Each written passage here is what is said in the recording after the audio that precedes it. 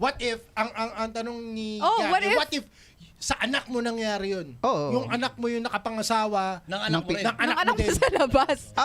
Putang ina, mas wild ah. Oo, men. Masabi ko lang dun, okay lang, let's keep the family inheritance. Let's keep the family inheritance It's within the family para hindi lumabas. It's giving royalty. Monarch, problema na mayayaman yan. Tapos, Ay, tama. sisisiin mo yung sarili mo kasi di mo sinabi. Oo eh. Tangin na, no? Yeah, mahirap, Fault mo man. yun, ako sa'yo Oh, lahat fault yun. mo yun. Sa'yo Ayun, lahat nagbimbangan, kasalanan ko. Parang, Tsaka mahirap iba na yun, yung mahirap itsura yun. niya eh. Yung dahilan mo. Pasensya ka na, anak. Hindi ko masyado ng mukhaan eh. Basta tatay mo eh. Paano araw eh. Ang huli ni. Nung huling kita ko dyan sanggol pa lang yan eh. Hindi ko na matandaan yung mukha. Ay, anak ba kita? Ina nyo? Kaya pala hanggang ng loob ko sa'yo.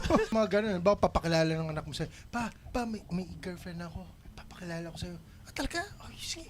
Dali mo sa bahay, magdi-dinner tayo. kulot din ha.